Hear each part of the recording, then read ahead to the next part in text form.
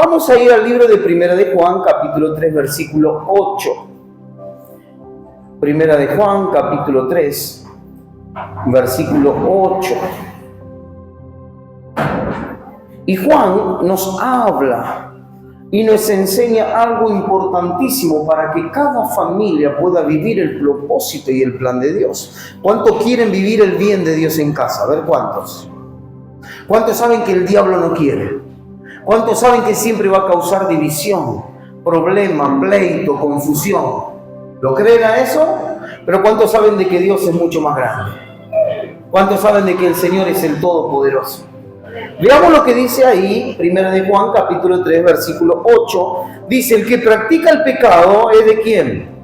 Del diablo. Porque el diablo peca desde el principio.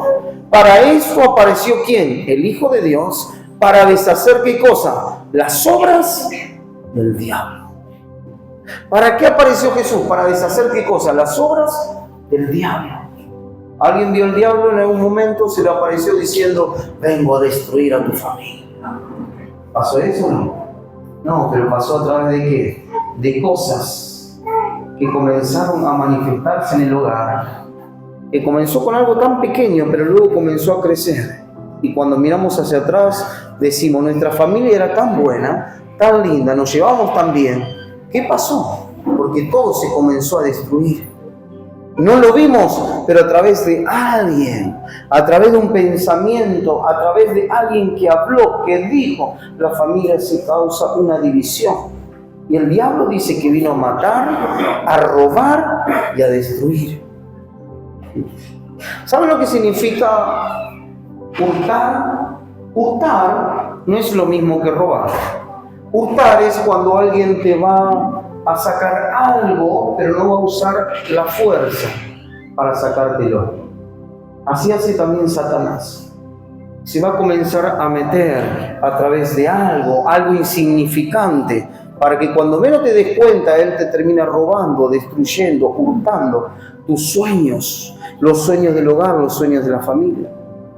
Pero sabemos que cuando uno realmente le entregó su vida a Jesús, uno tiene la autoridad para decirle hasta aquí llegaste. Toda casa tiene alguien en quien la gobierna. Si la gobierna Dios o la gobierna Satanás. Nosotros como individuos, nosotros como personas que abrimos y cerramos puertas, le abrimos la puerta a Dios y le cerramos la puerta al diablo. ¿Por qué? Porque si Él viene aquí a destruir. Pero Jesús dice que vino aquí a deshacer las obras del diablo. ¿Cuánto quieren de que Dios pueda deshacer las obras del diablo en el hogar, en la familia? Todo eso no depende ya de Dios, porque Él ya vino a eso. Depende de quien de nosotros que le demos el lugar para que Él lo pueda hacer. Veamos en el versículo 9, todo aquel que es nacido de Dios no practica el pecado, porque la simiente de Dios permanece en él. Y no puede pecar porque es nacido de Dios. En esto se manifiestan los hijos de Dios y los hijos del diablo. Todo aquel que no hace justicia y que no ama a su hermano no es de Dios.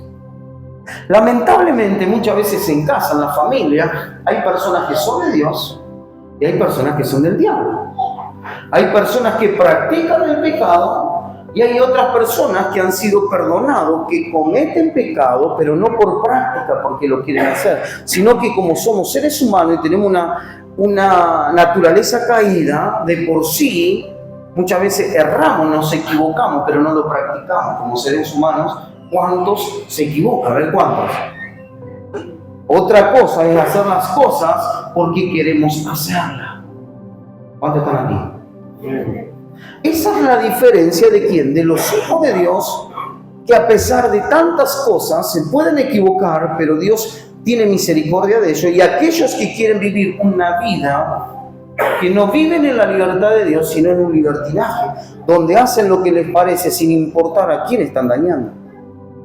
Por eso, cuando Dios ve que en una casa que está dividida, una casa que necesita ser restaurada, hay personas que son hijos de Dios y hay personas que no lo son, solamente Dios puede revertir eso deshaciendo las obras del diablo. Nombre sobre todo nombre, poder sobre todo poder. Solamente, ¿cuánto dicen? Jesús.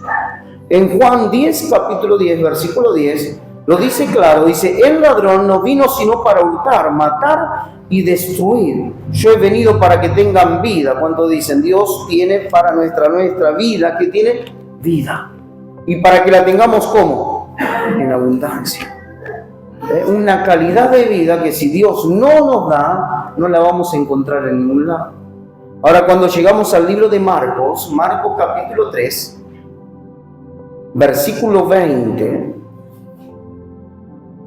Jesús da una enseñanza, porque Él venía enseñando para que la gente pueda ser libre, para que puedan tomar su nombre, para que el reino de Dios se acerque y ellos no lo puedan rechazar. Venía haciendo milagros.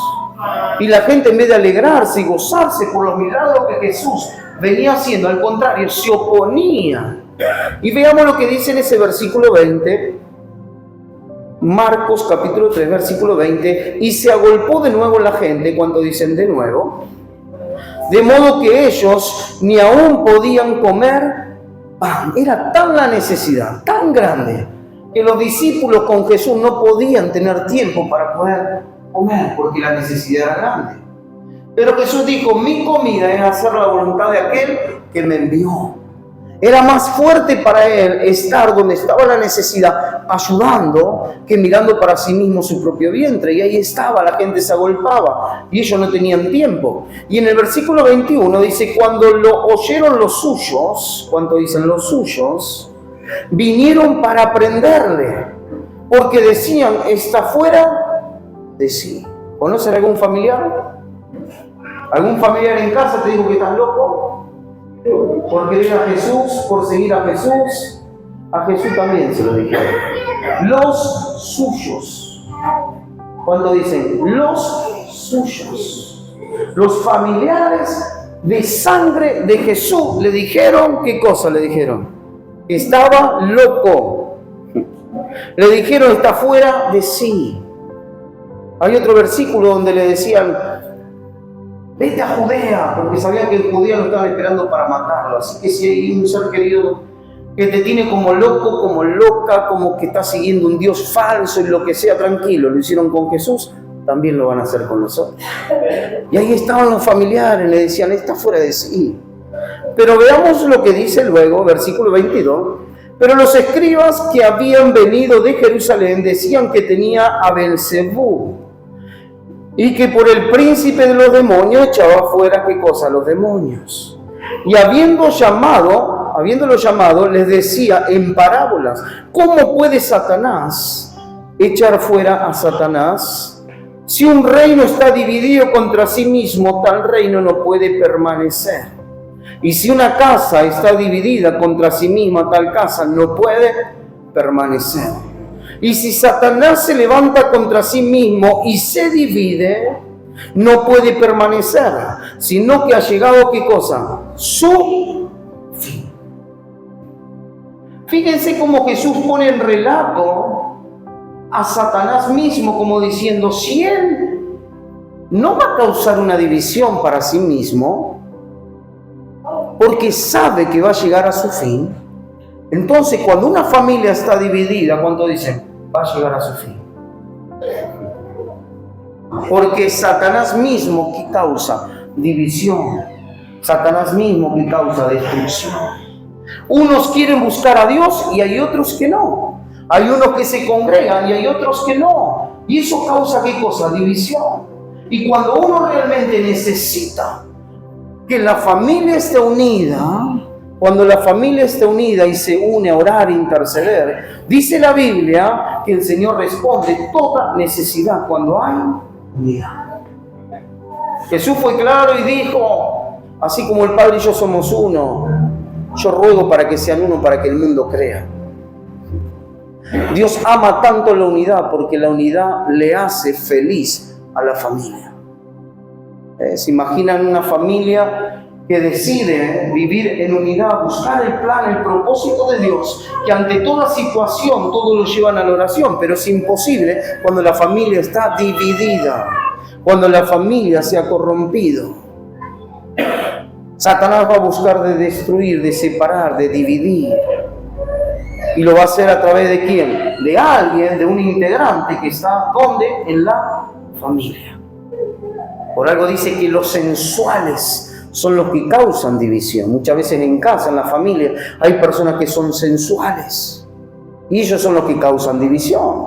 Y vos querés ver bien, querés ver el favor de Dios, querés que las bendiciones de Dios te alcancen. Y hay algo ahí que en vez de causar bendición, causa maldición. Y ahí estaba. La Biblia relata la historia de un hombre llamado Cam, que él guardó bajo sus enseres, guardó bajo la alfombra cosas que Dios dijo, hay que destruirla, no hay que tocarla. Pero él se la llevó para la casa. Le gustó, dijo, vamos para casa.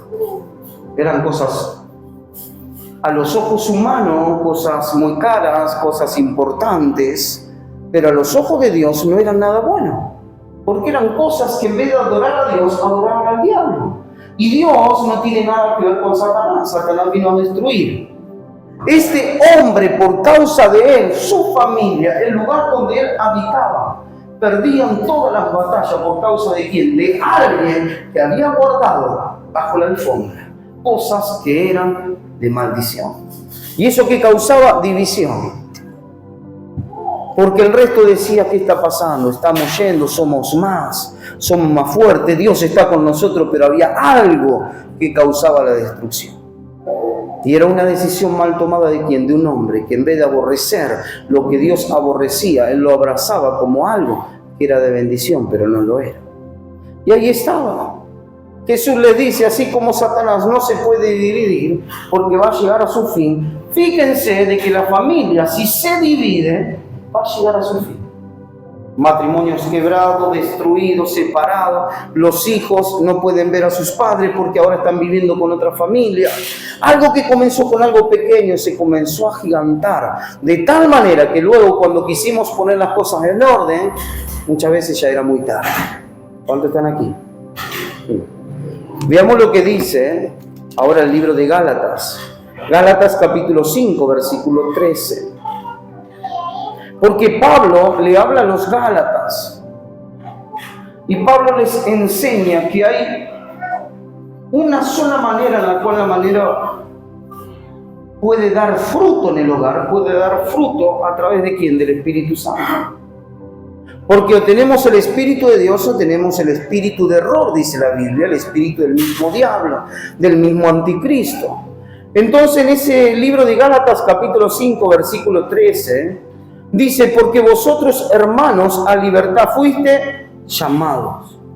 Solamente que no uséis la libertad como ocasión para la carne, sino servíos por amor, cuando dicen por amor, los unos a los otros. Porque toda la ley en esta sola palabra se cumple. Amarás a tu prójimo como a ti mismo. Pero si os mordéis y os coméis unos a otros, mirad que también no os consumáis unos a otros.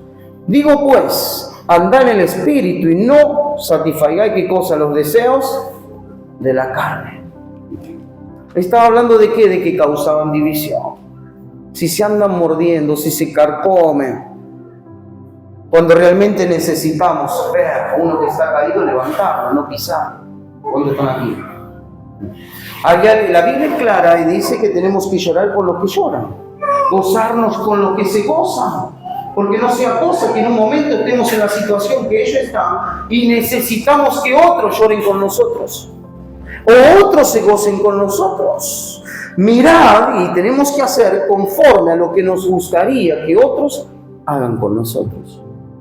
Pero Pablo le dice, anden en amor, no en la carne, sino en el Espíritu. ¿Por qué Pablo insistía de que ellos necesitaban andar en el Espíritu? Porque cuando nosotros andamos en el Espíritu se manifiestan ¿qué cosa? La obra del Espíritu, se manifiestan los dones del Espíritu, se manifiesta el fruto del Espíritu. Y demos vuelta a la hoja y veamos lo que dice ahí mismo, pero en el capítulo 5, versículo 22. Mas el fruto, ¿cuánto dicen? El fruto del Espíritu es amor, ¿Qué es lo primero que destaca? El amor de Dios. Cuando el Espíritu Santo está en nuestra vida, ¿qué es lo que tiene que fluir? Amor. Aún, dice la Biblia, aún amando mucho, tal vez seamos rechazados, aún no nos aman. Pero si Dios está en nuestra vida, su Espíritu está en nosotros, ¿qué es lo que tenemos que dar? Amor. Y no es que lo damos y brindamos ese amor porque nosotros tenemos para dar ese amor, sino que es el Espíritu que lo hace a través de nuestra vida. Si la Biblia nos dice que tenemos que amar aún a nuestros enemigos, ¿cómo los vamos a amar si no es por el Espíritu? Y voy a decir algo fuerte: ¿cómo puedes amar a una persona que te hirió, que te traicionó, algo que hizo un daño a un ser querido? ¿Cómo vas a decir, yo puedo amar si no es a través del Espíritu? En lo natural es imposible. Es imposible amar a alguien que te traicionó, a alguien que abusó, a alguien que te dañó, a alguien que te maltrató, si no es por quién, por el Espíritu. Porque si es por la carne, ¿qué vamos a terminar haciendo? Ojo por ojo y diente por diente. Me lo hiciste y te lo hago. Y Pablo les dice, anden ¿en qué? En el Espíritu. Porque si andan en el Espíritu, van a poder amar lo que ustedes no pueden amar si andan ¿en qué? En la carne. ¿Por qué? Porque los deseos de la carne van en contra de la voluntad de Dios. Los deseos de la carne van a llevar a ¿qué? A destruir. Me lo hiciste, te lo hago. Pero él le dice, no, hay algo más excelente, andar en el Espíritu. Si no fuese por el Espíritu, no perdonaríamos, ¿o no? Si no fuese por el Espíritu, no amaríamos. Si no fuese por el Espíritu, no podríamos hacer nada. ¿Por qué? Porque nuestra fuerza es imposible. Por algo dice la palabra, que no es con ejército, no es con fuerza, sino ¿con qué? Con el Espíritu de Dios. Y Él les dice, para que no se anden carcomiendo, mordiendo, destruyendo, causando división. Eso pasa porque andan en la carne, satisfaciendo sus deseos carnales. Primero yo, segundo yo, tercero yo, y cuarto, y yo. Pero cuando ando en el Espíritu, ya es diferente. Primero Dios, segundo Dios, tercero Dios. Y cuando digo primero, segundo y tercero Dios, es poner en primer lugar a Él para que dirija mi vida, de qué manera y cómo tengo que amar y conducirme en la vida. Si no amo a Dios, no puedo amar a nadie. Si no ando en el Espíritu, ando en la carne, no hay término medio. O hago lo bueno o hago lo malo. Y Pablo les dice en ese versículo, más el fruto del Espíritu es amor, gozo, paz, paciencia, benignidad, bondad, fe, mansedumbre, templanza. Contra tales cosas no hay ley. ¿Vale la pena andar en el Espíritu? ¿Vale la pena andar en el Espíritu? Hay personas en casa que muchas veces son insoportables.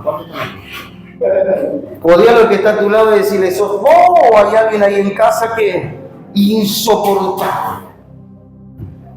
Pero si nosotros andamos en el Espíritu, ¿qué te dice que va a pasar? Va a haber paciencia. Podría lo que está a tu lado decirse paciente. No le salgas ahí con el cuchillo de punta, sino ora por su vida para que Dios toque, Dios transforme, Dios cambie. Pero si andamos en la carne, ¿qué va a pasar? Vamos a hacer cosas que luego nos vamos a arrepentir de lo que hicimos. En vez andamos en el Espíritu, ¿qué va a hacer? Vamos a tener paciencia, vamos a perdonar, vamos a tener gozo, vamos a tener paz. Va a haber fe que Dios la va a cambiar a esa persona, Dios la va a transformar. Es mejor andar en el Espíritu, que va a hacer Dios lo imposible para que luego sea posible, que si andamos en la carne, que no vamos a poder solucionar nada. ¿Cuánto prefieren andar en la carne? A ver cuánto. Ajá. ¿Y en el Espíritu? ¿Por qué? ¿Por qué es más fácil cuando andamos en el Espíritu? Porque lo hace ¿quién? El Espíritu a través de nuestra vida. En la carne no podemos perdonar, en la carne no podemos amar, en la carne no podemos tener paciencia. Pero cuando andamos en el Espíritu, y esto es, andar en el Espíritu es dejar que el Espíritu guíe nuestra vida, y sea Él a través de nuestra vida haciendo todas las cosas, se hace más fácil perdonar aún a aquella persona que no tendríamos ganas de perdonar. Bendecimos a quién, aún a los que nos maldicen.